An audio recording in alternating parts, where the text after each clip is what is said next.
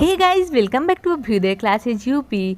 आज की इस वीडियो में हम अगेन देखने वाले हैं अपना बायोलॉजिकल साइंस का लेसन प्लान, जिसका टॉपिक होगा आज हमारा जैव विकास। जैसा कि अपने पिछले वीडियो में हमने कोशिका टॉपिक का लेसन प्लान देखा था और कहा था अगले वीडियो में हम इस टॉपिक का लेसन प्लान भी चर्चा करेंगे इस पर। तो चलिए देखते हैं। ये हमारा पाठ्य योजना है 12वें नंबर का, इसका संख्या। सिर्फ आपको चैनल पर 12 ही नहीं, फिजिकल साइंस हो या बायोलॉजिकल साइंस 30 से अधिक लेसन प्लान आपको हर एक टॉपिक के लेसन प्लान चैनल पर मिल जाएंगे। प्लेलिस्ट अलग अलग तैयार है, चाहे फिजिकल साइंस हो या बायोलॉजिकल साइंस हो या अदर जो हमारे सब्जेक्ट हैं, हिस्ट्री, सिविक्स, इन सारे सब्जेक्ट के भी लेसन प्लान आपको चैनल पर मिल जाएंगे।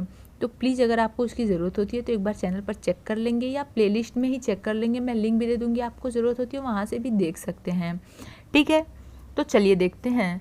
छात्राध्यापिका का नाम, प्रशिक्षण केंद्र, दिनांक, कक्षा, वर्ग, विषय, कालांश, समयावधि, ये सारी चीज़ें हम लिख लेंगे। हमें पता है, हमने बहुत बार डिस्कस किया है, 100 से अधिक लेसन प्लान में ये हमने इस पर चर्चा किया हुआ है। तो आई होप अब करने की ज़रूरत नहीं होता।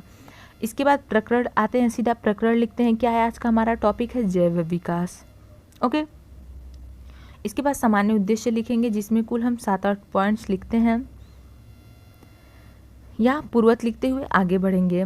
तो हम क्या करेंगे, पूर्वत लिखते हुए आगे बढ़ेंगे। यहाँ पर आप सामान्य उद्देश्य में पूर्वत लिख के आगे बढ़ेंगे, क्योंकि आपने आगे ऑलरेडी लिखा हुआ है। ये तो बार बार लिखने की ज़रूरत होती नहीं है खास, बहुत से कॉलेज में लिखवाया जाता है, वो अलग बात है।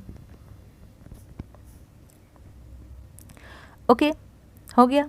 इसके बाद अनुदेशनात्मक उद्देश्य पर आते हैं, जिसे हम विशिष्ट उद्देश्य भी लिखते हैं। तो अनुदेशनात्मक उद्देश्य में पहला क्या लिखेंगे, ज्ञानात्मक उद्देश्य। उसमें लिखेंगे छात्र जैव विकास का प्रत्यास्मरण कर सकेंगे। फिर बोधात्मक में लिखते हैं छात्र जैव विकास की व्याख्या कर सकेंगे। और क्रियात्मक उद्देश्य में लिखते हैं छात्र जैव विकास से संबंधित ज्ञान का प्रयोग दैनिक जीवन में कर सकेंगे। ये तो हो गया हमारा विशिष्ट उद्देश्य। इसके बाद लिखेंगे सहायक सामग्री। सहायक सामग्री में लिखेंगे लपेट श्यामपट्ट पर बना हुआ चित्र।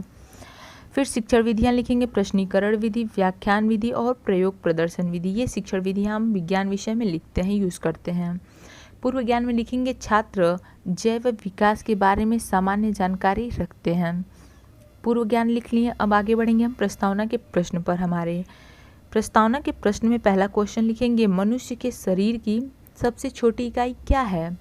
तो मनुष्य के शरीर की सबसे छोटी इकाई कोशिका है। जैसा कि कोशिका टॉपिक हमने इसके पहले ही डिस्कस कर लिया है। इसके पहले वाले लेसन प्लान पर हमने कोशिका को ही चर्चा किया था कि कैसे उसका लेसन प्लान हमें लिखना है। तो अगर आपको इस टॉपिक की ज़रूरत होती है, लिखना होगा, तो प्लीज़ आप चेक कर लेंगे। प्लेलिस्ट आपको मिल जाएगा और लिंक भी मैं दे दूँगी। ठीक। दूसरा है कोशिका कितने प्रकार के होते हैं, नाम बताइए। तो एक कोशीय व बहुकोशिकीय। फिर तीसरा प्रश्न आप करेंगे कि एक कोशिकीय व बहुकोशिकीय जीवों के अध्ययन की उत्पत्ति किस प्रकार हुई। तो एक कोशिकीय व बहुकोशिकीय जीवों के अध्ययन की उत्पत्ति जैव विकास से हुई। इसके बाद समस्यात्मक प्रश्न लिखेंगे, जिसमें लिखेंगे जैव विकास के बारे में विस्तार से बताइए। ये हो जाएगा समस्यात्मक प्रश्न हमारा। उद्देश्य कथन पर आते हैं। उद्देश्य कथन में लिखते हैं आज हम लोग जैव विकास के बारे में अध्ययन करेंगे। ठीक। इसके बाद अनुदेशनात्मक प्रक्रिया लिखेंगे। अनुदेशनात्मक प्रक्रिया में लिखते हैं कि प्रस्तुत अनुदेशनात्मक प्रक्रिया को 3 शिक्षण बिंदुओं में प्रस्तुत किया गया है, जो क्रमशः जीव की उत्पत्ति, जंतुओं के विकास का क्रम व जैव विकास के प्रमाण हैं। ये हम अनुदेशनात्मक प्रक्रिया में लिखते हैं। इसके बाद आगे बढ़ेंगे प्रस्तुतिकरण पर। प्रस्तुतिकरण में हम पहला शिक्षण बिंदु लिखेंगे जीव की उत्पत्ति। अब इसमें विकासात्मक प्रश्न करेंगे कि जीवन की मूलभूत इकाई क्या है। तो जीवन की मूलभूत इकाई कोशिका है। इसके बाद दूसरा प्रश्न करेंगे सजीव किसे कहते हैं। तो जिनमें जीवन पाया जाता है सजीव कहलाते हैं। फिर तीसरा प्रश्न करेंगे कि जीवों की उत्पत्ति के बारे में विस्तार से बताइए। यहाँ पे जो है छात्र हो जाएंगे मौन। अब हम स्पष्टीकरण देंगे। स्पष्टीकरण लिखेंगे पृथ्वी पर जीव की उत्पत्ति एक अत्यंत मंद प्रक्रिया के फलस्वरूप हुई। प्रारंभ में पृथ्वी के वायुमंडल में नाइट्रोजन एवं जलवाष्प थी। अत्यधिक गर्म वाष्प एवं कार्बन की प्रतिक्रिया से हाइड्रोकार्बन का निर्माण हुआ। नाइट्रोजन व धातु की क्रिया से नाइट्राइट बने। अमीनो अम्ल व कार्बनिक अम्ल द्वारा प्रोटीन का व प्रोटीन द्वारा वायरस का विकास हुआ। इस वायरस से फिर नीली हरी शैवाल, फिर इससे प्रोटोजोआ और फिर बहुकोषीय जीव का विकास हुआ। अर्थात सरलतम जीवों में परिवर्तन द्वारा क्रमशः अधिकाधिक जटिल जीवों की उत्पत्ति एवं विकास को जैव विकास कहते हैं। ये हो गया हमारा पहले शिक्षण बिंदु का स्पष्टीकरण। छात्र छात्रा ध्यान से सुनते हैं, ये आप लिख लेंगे। इसके बाद श्यामपट्ट कार्य करेंगे। यहाँ पे देख सकते हैं श्यामपट्ट कार्य हुआ है, तो आप एक बार इसका स्क्रीनशॉट लेंगे, फिर हम आगे बढ़ेंगे अपने दूसरे शिक्षण बिंदु पर। ठीक है,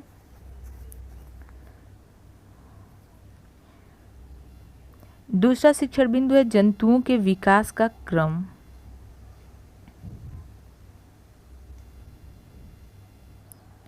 यह हमारा दूसरा शिक्षण बिंदु है, जंतुओं के विकास का क्रम।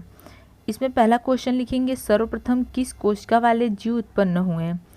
तो एक कोशिकीय जीव उत्पन्न हुए सर्वप्रथम। ठीक,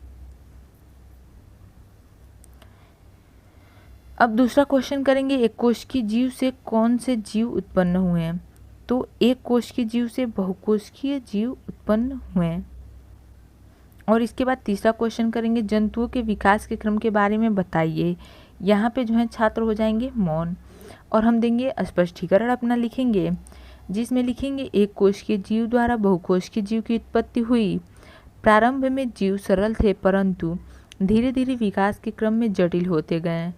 आरंभ में बिना रीढ़ की हड्डी वाले थे, जिनमें मछलियों का व मछलियों से उभयचर, इनमें सरीसृप से पक्षी व पक्षी से स्तनी विकसित हुए। पौधों में भी इसी प्रकार विकास हुआ। ये हो गया हमारा दूसरे शिक्षण बिंदु का स्पष्टीकरण। अब हम श्यामपट्ट कार्य देख लेते हैं हमारा। यहाँ पे देख सकते हैं आप श्यामपट्ट कार्य, और कशेरुकी से मछली, कशेरुकी, फिर उभयचर, सरीसृप, पक्षी, उसके बाद अस्तनी। तो ये सारी चीज़ें आप लिख लेंगे श्यामपट्ट कार्य में। ओके, हो गया। आगे बढ़ते अब हम अपने तीसरे शिक्षण बिंदु पर। तीसरा शिक्षण बिंदु है हमारा जैव विकास का प्रमाण। यह आज का हमारा तीसरा शिक्षण बिंदु है। इसमें लिखेंगे पहला क्वेश्चन कि बिना रीढ़ वाले जीव क्या कहलाते हैं? तो बिना रीढ़ वाले जीव अकशेरुकी कहलाते हैं। हाँ, एक चीज़ और, अगर अभी तक आपने अभ्युदय क्लासेस यूपी को सब्सक्राइब नहीं किया तो प्लीज़ एक बार से चैनल को सब्सक्राइब जरूर कर लीजिएगा, और वीडियो आपको हेल्पफुल लग रही हो तो प्लीज़ लाइक और शेयर भी साथ में ज़रूर कर दीजिएगा। ठीक है, दूसरा क्वेश्चन देखते हैं, कशेरुकी जीव क्या होते हैं? तो कशेरुकी जीव वे जीव होते हैं जिनमें रीढ़ की हड्डी पाई जाती है। और फिर मौन प्रश्न लिखेंगे, जीवों के विकास के प्रमाण क्या हैं? यहाँ पे जो है छात्र हो जाएंगे मौन। उसके बाद स्पष्टीकरण की ओर बढ़ेंगे। स्पष्टीकरण में लिखेंगे जैव विकास के वर्गीकरण प्रमाण के अंतर्गत प्रोटोजोआ से लेकर इकाइनोडर्मेटा तक समस्त जंतुओं का क्रमिक विकास हुआ। शारीरिक संरचना प्रमाण के अंतर्गत समजात अंग व समवृद्धि अंग आते हैं। जीवाश्म प्रमाणों के अंतर्गत जीवाश्म, ब्रैकेट में लिख लेंगे मृत जीवों के अवशेष। अवशेषी प्रमाण के अंतर्गत अवशेष व शरीर क्रिया प्रमाण के अंतर्गत पाचन तंत्र में समानता व हृदय की जटिलता के प्रमाण हैं। ये हो गया हमारा जैव विकास के प्रमाण तीसरे शिक्षण बिंदु का स्पष्टीकरण यहीं पे कंप्लीट। छात्र छात्रा ध्यान से सुनते हैं, ये आप लिख लेंगे। उसके बाद निरीक्षण कार्य की ओर आगे बढ़ेंगे। निरीक्षण कार्य में लिखेंगे छात्र अध्यापिका द्वारा छात्रों को श्यामपट्ट कार्य उतारने का निर्देश दिया जाएगा और कक्षा में अनुशासन बनाए रखते हुए निरीक्षण कार्य किया जाएगा। आप छात्र अध्यापक होंगे तो यहाँ पे छात्र अध्यापक लिखेंगे। उसके बाद पुनरावृत्ति का प्रश्न लिखते हैं, जिसमें पहला क्वेश्चन लिखेंगे जैव विकास से आप क्या समझते हैं? ठीक, उसके बाद दूसरा क्वेश्चन लिखेंगे। हाँ, दूसरा क्वेश्चन से पहले आपको बता दें जो अगला टॉपिक होगा हमारा लेसन प्लान का, वो होगा पारिस्थितिकी तंत्र। तो प्लीज़ चैनल से जुड़ना नहीं भूलेंगे। दूसरा क्वेश्चन है प्रोटीन द्वारा किसकी उत्पत्ति हुई? और तीसरा है प्रारंभ में वायुमंडल में कौन सी गैस उपस्थित थी? और उसके बाद चौथा क्वेश्चन है जैव विकास के प्रमाण के बारे में बताइए। ये हो गया हमारा पुनरावृत्ति का प्रश्न। इसके बाद लिखते हैं गृह कार्य। गृह कार्य में क्या लिखेंगे? सभी छात्र घर से जैव विकास के बारे में लिखकर लाएंगे। और इसी के साथ यहीं पर होता है हमारा पाठ्य योजना समाप्त। सो गाइज, आज के वीडियो में बस इतना ही। मिलते हैं अपने अगले वीडियो में।